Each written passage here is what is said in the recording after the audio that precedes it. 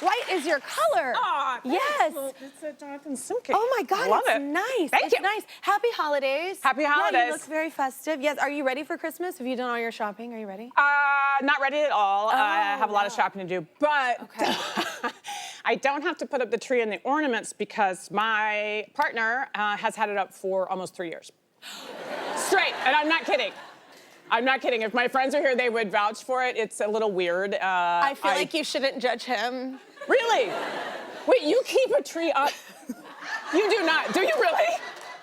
Here's the thing. I rented this house here, and there are...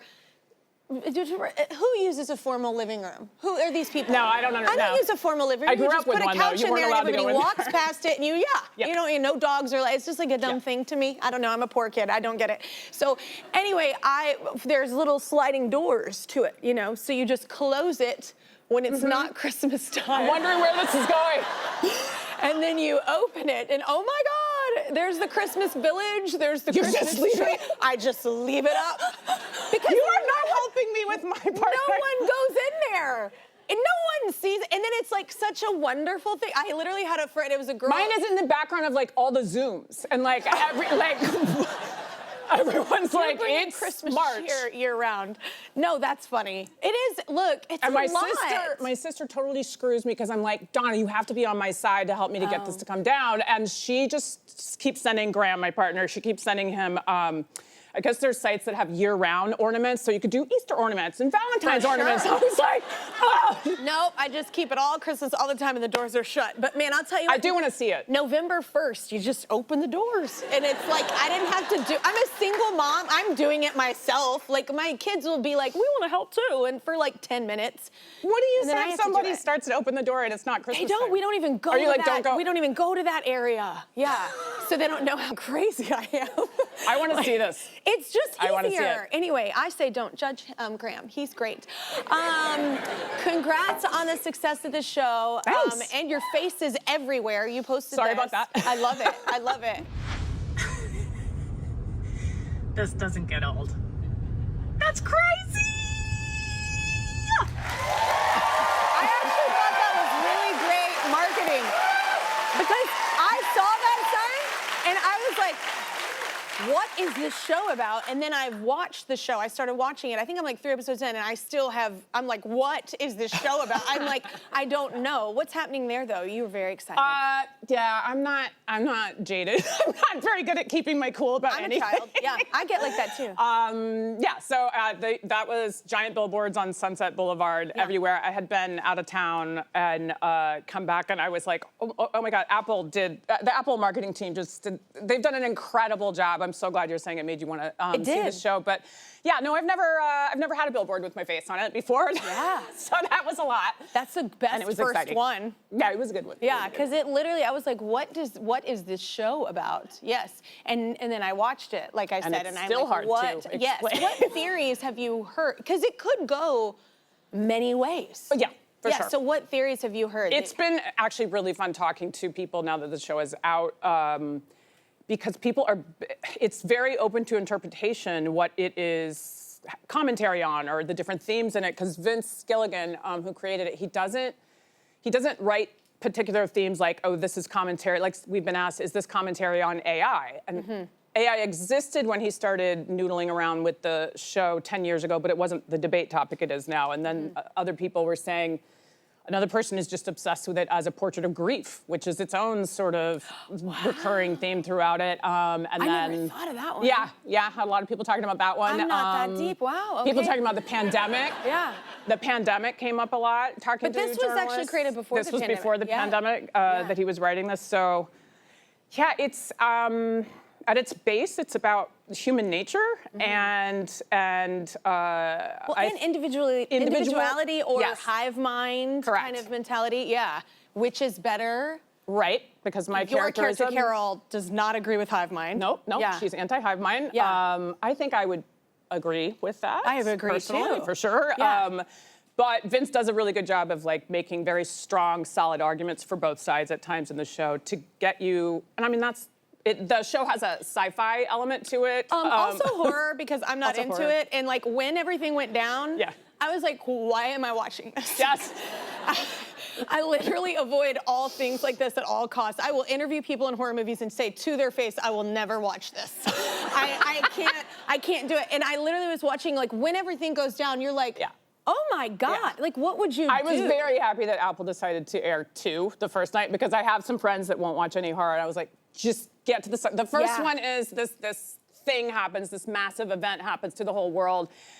And he does play with a lot of like apocalypse movie tropes and zombie tropes. But even horror, scary that it scare. doesn't happen to you and everybody else is happening to. Yes. It's like, oh my God. But but he keeps turning them on their ear. They're not exactly that. And then the threat kind of changes from physical to psychological, I feel, by the end of the first one. Absolutely. He felt. It's so hard to describe the show, even. It is, and I'm gonna do more of it this next segment because I love it so much, and I want to touch on something that your partner in it talks about. And we're gonna wait because they're telling me to break, so I have to like obey. Oh. So describe your character a little bit. You're a novelist, yes? Right, she is a romance novelist and very popular romance novelist, although she's doubting herself. And she thinks what she does is silly. Yeah, in a way, like I was explaining to somebody, there's a scene where it looks like she's mocking her fans almost, but it's actually all self-loathing. It's the idea of like, she's afraid to believe the hype. She would rather beat somebody to the punch and say the awful thing about herself. But also thinks like a real writer would write something smarter, which I think a lot of us do in different forms, especially if you're in the arts or anything that's sort of like hard to pin down. Are you good at this thing? I mean, and you're obviously good at what you do. No, but it is. But you know what I mean? Like you doubt it. Like, well, are you going to believe it when they say you're great if you're going to believe it when they say you're crap? No, but also I love, and I told you in the break, I love that your partner and your publicist in it says to you, how can it be silly? Like what you're doing, like what you're doing makes so many people feel good. Like isn't that an amazing thing to do something that makes so many people feel good? And man, talk about though that scene right after that happens. This scene when the virus, pretty much, or whatever we want to call it, I don't know what the hell's going on, but like whatever happens, and you're outside that bar. Talk about what happens. Right. So there's this event that happens that I'm not going to spoil. And actually, I have the pleasure of playing somebody that doesn't know exactly what is going on, so I don't have to. Yeah. But this thing happens that is sort of virus-like in the way it spreads, and it's kind of put out over the entire world this one evening while I'm out, and it hits my wife as well, and played by the brilliant Miriam Shore, and then I am immune to it. There's 13, I'm one of 13 people that's immune to this thing. Wait, what? I thought they were, because you're 13. I'm number 13. I was like, no, there's 12, but there's 12 others. Okay, I love that I was correcting you. I was like, ma'am, it's 12. I'm sorry. Like, you didn't pay attention to your show. No, it is 13 including you, yes. Right, and it makes all of them have one hive mind, as well as all of them are content and at peace. They're not robots, they're not, I mean, Carolina Widra playing Zosha, who has to represent all of the hives. It is such a deceptively difficult role, what she's doing, and she's doing it brilliantly. She's lovely. But this idea of like— they have good points, by the way. They have really good points. They're not robots. They're not high on Valium. No. They can't look like creepy. But there's no crime. There's nobody's out for each other because everybody is one. So if you hurt somebody, you hurt yourself. Yes, and they all speak to each other telepathically. So when you see crowd scenes, nobody bumps into each other because you already knew where the other person was going. And people do all jobs. They pick up and they live. There's everybody a lot in there that's like, oh, you're making this look attractive. Yes. Yes. Yeah. Yeah, I mean, I thought about a lot of things, like even when we were doing it, the crew would stay up late sometimes just talking about some of the questions it raises, this idea of, well, there's a lot of good things to be said, and even like, well, what if everybody was great at everything? Wouldn't that be lovely? And for many people it would, but then also you would have no drive to try to be a better person. Like where does motivation come from? Yes. Like, I don't know. There's a lot of stuff. And then you question, why are we motivated by that? Then I know, it's an endless conversation. Yes, why do you need to be competitive? The conversation, I'm not gonna spoil it, but the conversation with the kid at the table when you're trying to prove to the mom, this is not okay. Oh, yes. It's amazing. It's like, oh my God, you're such a it's awesome. Yes. I love it. Yes. It's so funny. She is. Funny how you pointed out. Anyway, I'm obsessed with the show. Everyone should watch it. Thanks. But I have to move to this because I hear you're very crafty. Yes. I heard you do a lot of crafts. I think we're into the same thing right now. Are you crocheting right now? I am crocheting right now. I am crocheting right now. I cycle through different icing crafts. I do too, because I get bored. I'm ADHD, but I had ice on my hands this morning because I've been crocheting so much for Christmas presents, and and they hurt. Yes. What are you crocheting? What do you do? I was doing amigurumi, the little Japanese, the little, and that makes your knuckles hurt because it's such I'm a like, am I tight gonna be that woman? thing. You know, that Yeah. old woman? I don't know.